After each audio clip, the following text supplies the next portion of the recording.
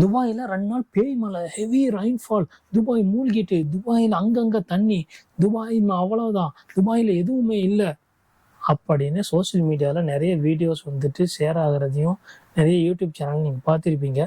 அப்படிலாம் இருந்துச்சா, அப்படிலாம் நடந்துச்சா, அதை தான் வந்து இந்த வீடியோவில் தெளிவாக உங்கள்கிட்ட எக்ஸ்பிளைன் பண்ண போகிறேன்.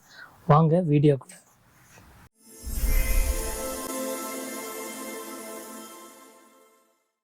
ஹாய் ஃப்ரெண்ட்ஸ், நான் உங்கள் கலைஞர் நாஸ். நீங்கள் பார்த்துட்டு இருக்கிறது நாஸ் அப்லோட்ஸ். இந்த வீடியோவில் எதை பற்றி நம்ம பேசுகிறேன்னு முன்கூட்டி நான் ஒரு சின்னதாக இன்ட்ரோ கொடுத்துருப்பேன். ஆமாங்க, உண்மை தான். துபாயில் 2 நாளாக பயங்கர மழை, ஹெவி ரெயின்ஃபால். துபாயில் வந்து நிறைய இடத்துல வாட்டர் அங்கங்கே தேங்கி இருந்தது, எல்லாமே உண்மை தான். நீங்கள் வீடியோவில் நிறைய வீடியோ ஷேர் ஆகிருக்கும். அதில் 90% விட்டுட்டு 10% வீடியோஸ் உண்மையான வீடியோஸ் தான், இல்லைன்னு சொல்லலை. துபாய் வந்துட்டு ஃபஸ்ட் நானும் துபாய் தான் சொல்லிக்கிறேன் பாருங்கள். ஃபஸ்ட்டு துபாய் வந்துட்டு ஒரு ஆஃப் தி எமிரேட்ஸ். அதை வந்து நீங்கள் வந்து மக்கள் தெரிஞ்சுக்கணும். ஏன்னா இங்கே நிறைய பேர் என்ன நினச்சிட்டு இருக்கிறாங்கன்னா, துபாய் வந்துட்டு ஏதோ கண்ட்ரி நினச்சிட்டு இருக்காங்க. அப்படி இல்லை, யுஏஇ தான் கண்ட்ரி, யுனைடெட் அரப் எமிரேட்ஸ் இதுதான் கண்ட்ரி. இதில் வந்து கீழே 7 எமிரேட்ஸ் இருக்குது. இந்த 7 எமிரேட்ஸை சேர்ந்தது தான் யுஏஇ, சரிங்களா? அதில் ஒன் ஆஃப் த எமிரேட்ஸ் தான் துபாய். ஓகே, இப்போ நான் விஷயத்துக்கு வரேன். நேச்சுரல் கலாமிட்டிஸ் வந்துட்டு யாருனாலுமே கணிக்க முடியாது. மேபி எக்ஸ்பெக்ட் பண்ணலாம், இன்னைக்கு வந்து மழை அடிக்கும், இன்னைக்கு வந்து வெயில் அடிக்கும், இன்னைக்கு வந்து காற்று அடிக்கும், அதை எக்ஸ்பெக்ட் பண்ணலாம். பட் அது வந்து இறைவனுக்கு தான் தெரியும்.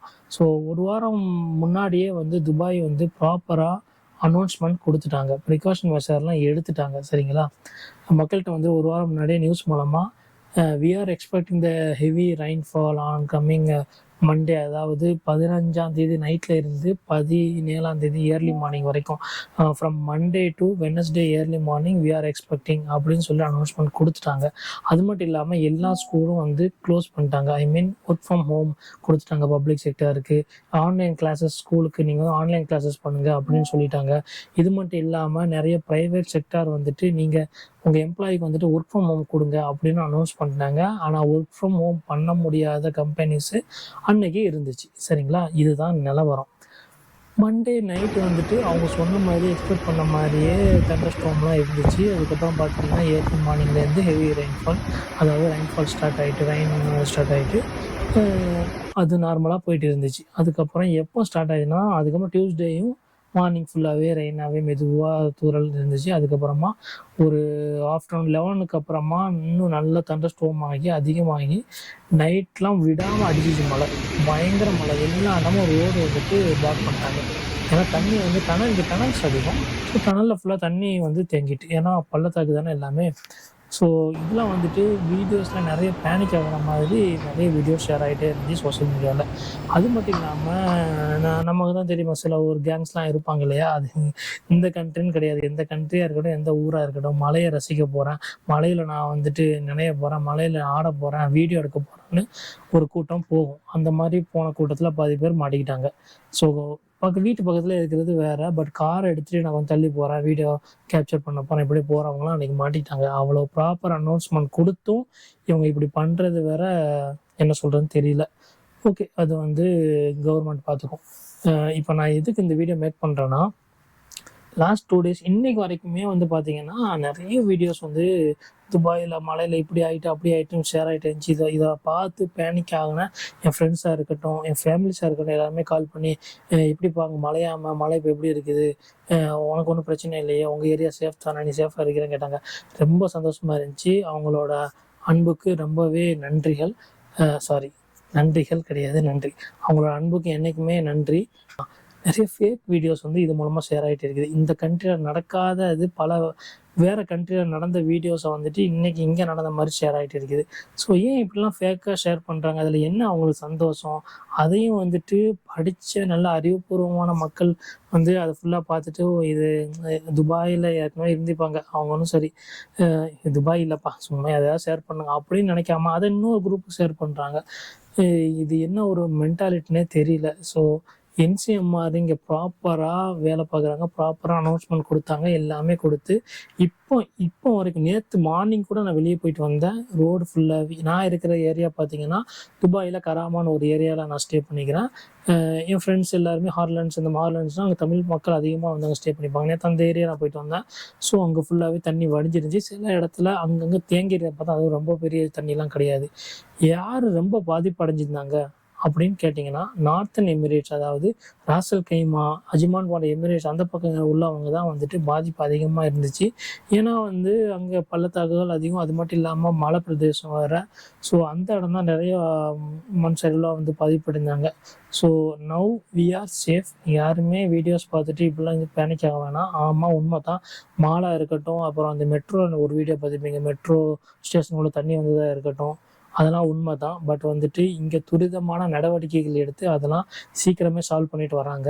ஸோ இப்போ கூட வந்துட்டு அவ்வளோ துபாய் கவர்மெண்ட் வந்து அதுக்கு உண்டான ஏற்பாடுகள் நிறையவே பண்ணிட்டாங்க. இன்னொரு வீடியோவில் பார்த்துருப்பீங்க, இந்த மாதிரி கார்லாம் மிதந்து வந்துட்டு இருந்துக்கும், லக்ஸரிஸ் கார்லாம் மிதந்து வந்துட்டு இருக்கும். உண்மை தான். ஒரு நேச்சருக்கு முன்னாடி யாருமே வந்துட்டு நெஞ்ச நிமித்திட்டு நிற்க முடியாது. கரெக்டாக எல்லா கண்ட்ரியுமே எந்த ஊராக இருக்கட்டும் எங்கே வந்தாலே பாதிப்படைய தான் செய்வாங்க. அது மாதிரி வந்து நீங்களே பார்த்துப்பீங்க, சென்னை ஃப்ளட்டாக இருக்கட்டும், அது மாதிரி எங்கள் ஊர் சைடு தூத்துக்குடியாக இருக்கட்டும், அங்கெல்லாம் வந்து 95க்கு பயங்கரமாக பாதிக்கப்பட்டுச்சு. என்சிஎம்ஆர் வந்துட்டு அனௌன்ஸ் பண்ணது என்னன்னு பார்த்தீங்கன்னா 254.5 mm வந்துட்டு பதிவாயிருக்குது அந்த ரெயின்ஃபாலோட இது. ஸோ அப்படி இருக்கும்போது பாதிப்பு கண்டிப்பாக இருக்க தான் செய்யும், இல்லாமல் இருக்காது. ஸோ இங்கே நிறைய கார்கள் வந்து பாதிப்படைஞ்சிருக்கும். கரெக்டாக. ஸோ அவங்க என்ன பண்ணுவாங்க, அப்படிலாம் கிடையாது. இங்கே துபாய் கவர்மெண்ட் வந்து யூஏ கவர்மெண்ட் வந்து அதுக்கும் ஒரு ப்ராப்பர் அனௌன்ஸ்மெண்ட் கொடுத்துருக்காங்க. என்ன சொல்லிடுறாங்கன்னா, இங்கே வந்து எல்லாத்துக்குமே இன்சூரன்ஸ் இருக்குது. மெடிக்கல் இன்சூரன்ஸாக இருக்கட்டும், காருக்கு இன்சூரன்ஸாக இருக்கட்டும், லைஃப் இன்சூரன்ஸ் இதெல்லாமே இருக்குது. ஸோ உங்கள் கார் பாதிக்கப்பட்டது, உங்கள் கார் வந்துட்டு பழுதடைந்திருந்தால் நீங்கள் வந்துட்டு கிளைம் பண்ணலாம், இன்சூரன்ஸ் கிளைம் பண்ணலாம். உங்களோட இன்சூரன்ஸில் ஆஃபீஸில் போய்ட்டு ஏஜென்சியில் போய்ட்டு நீங்கள் வந்துட்டு கிளைம் பண்ணலாம்னு சொல்லிக்கிறாங்க. அதே மாதிரி பார்த்தீங்கன்னா இன்றைக்கி வந்து இந்த ரெயின் சப்போர்ட்டுக்கு உண்டான கான்டாக்ட் நம்பர்லாம் வந்து வெளியிட்டுக்கிறாங்க. உங்களுக்கு நீங்கள் எங்கே பாதிப்பு அடைஞ்சிருக்கிறீங்களோ அவங்கள அதை கான்டாக்ட் பண்ணிக்கலாம். ஸோ அவங்க வந்து உங்களுக்கு இம்மீடியேட்டாக நடவடிக்கைகள் எடுப்பாங்க. ஸோ இங்கே உள்ள ட்ரைனேஜ் சிஸ்டத்தை பற்றி நிறைய பேர் தவறாக சொல்கிறாங்க. அப்படி கிடையாது.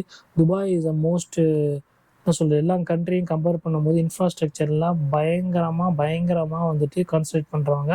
அங்கங்கே பார்த்தா நிறைய வேலைகள் பார்த்துட்டே இருப்பாங்க ரெயின் இல்லாத சீசனில். ஸோ இவ்வளோ பெரிய ரெயின்ஃபால் வரும்போது எந்த கண்ட்ரி தான் தாங்கிக்கும், அதை முதல்ல நீங்கள் நினச்சி பார்க்கணும். ஸோ தவறான தகவலை வந்து ஷேர் பண்ணாதீங்க. ஸோ சப்போர்ட், எந்த கண்ட்ரியாக இருந்தாலும் சரி சப்போர்ட் பண்ணுங்கள். நான் இப்போ இங்கே வாழ வைக்கிற கண்ட்ரி யூஏஇ தான். ஸோ ஐஎம் இந்தியா, என்னோடய தாய்நாடு இந்தியா, பட் நான் இங்கே வாழ்ந்துட்டு இருக்கிறது யூஏஇயில். ஸோ யூஏக்கு இந்த டைமில் நான் சப்போர்ட் பண்ணாட்டா வேறு யார் தான், எந்த ரெசிடென்ட் தான் சப்போர்ட் பண்ண போகிறாங்க. ஸோ ஃபேக்கான வீடியோஸை ஷேர் பண்ணாதீங்க. அதே மாதிரி நீங்கள் ஒரு வீடியோ உங்களுக்கு இதுன்னு கிடையாது, எந்த வீடியோவாக இருந்தாலும் அந்த வீடியோட உண்மைத்தன்மைகளை பார்த்துட்டு மற்றவங்களுக்கு ஃபார்வேர்ட் பண்ணுங்கள். ஸோ இதனால் வந்துட்டு இந்த நேச்சர் கலாமிட்டிஸில் பாதிப்பு அடைகிறத விட இந்த மாதிரி ஃபேக் வீடியோஸ் பாதிப்பு அடைகிறது எனக்கு தெரிஞ்சு அதிகம்.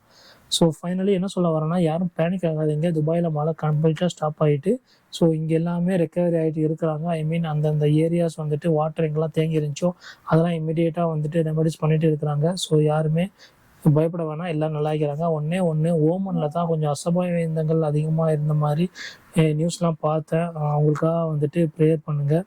ஸோ அங்கே தான் ஒரு உயிரிழப்புலாம் நடந்திருக்குது. ஸோ எல்லாருமே அவங்களுக்காக ப்ரே பண்ணலாம். வேறு என்ன, இதுதான் மக்களை உங்கள்கிட்ட சொல்லலான்னு இருந்தேன். இன்னொரு வீடியோவில் சந்திக்கலாம். உங்கள்கிட்டருந்து விடைபெறுவது கலைஞன் நாஸ் அப்லோட்ஸ்.